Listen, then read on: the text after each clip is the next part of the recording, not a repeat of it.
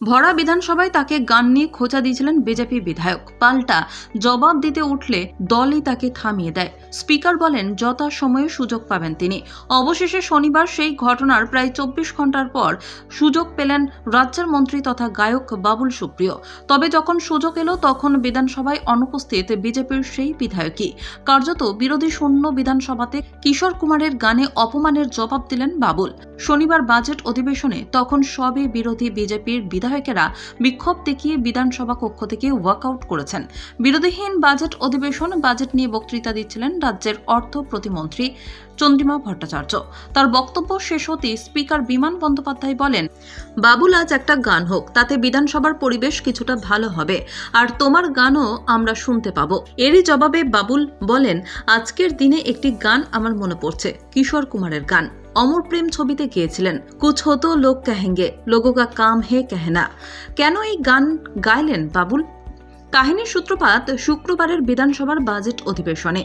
Budget নিয়ে বক্তৃতা করতে উঠে বাবুলকে গান নিয়ে কটাক্ষ করেছিলেন অর্থনীতিবিদ তথা বালুরঘাটের বিজেপি বিধায়ক অশোক লাহিড়ী। শুক্রবার বিধানসভা অধিবেশনের দ্বিতীয়ার্ধে বাজেট বক্তৃতা করতে উঠেছিলেন অশোক। সেই সময়ই তিনি বলেন, এবারের বাজেট থেকে আমার হিন্দি সিনেমার একটা গান মনে পড়ে যাচ্ছে, সেটা সিআইডির গান। গানটি লিখেছিলেন মজরুল সুলতানপুরি।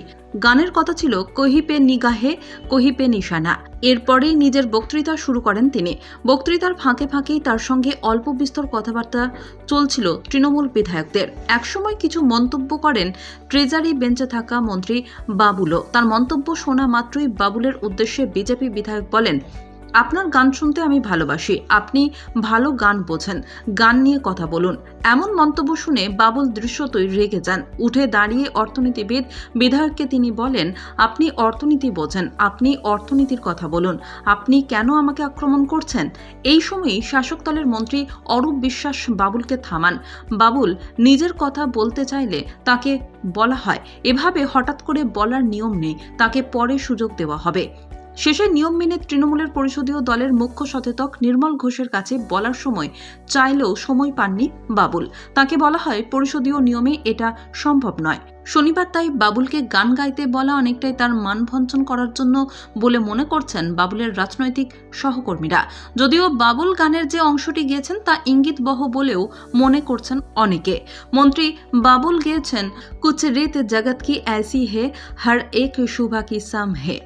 কিশোর কুমারের এই গানের এই ছত্রের অর্থ কি তা বুঝিয়ে বলার প্রয়োজন পড়ে না। ফলে বিধানসভার অলিন্দে এই প্রশ্ন ঘোরাঘুরি করছে, সত্যিই কি মানভঞ্জন হলো বাবুলের?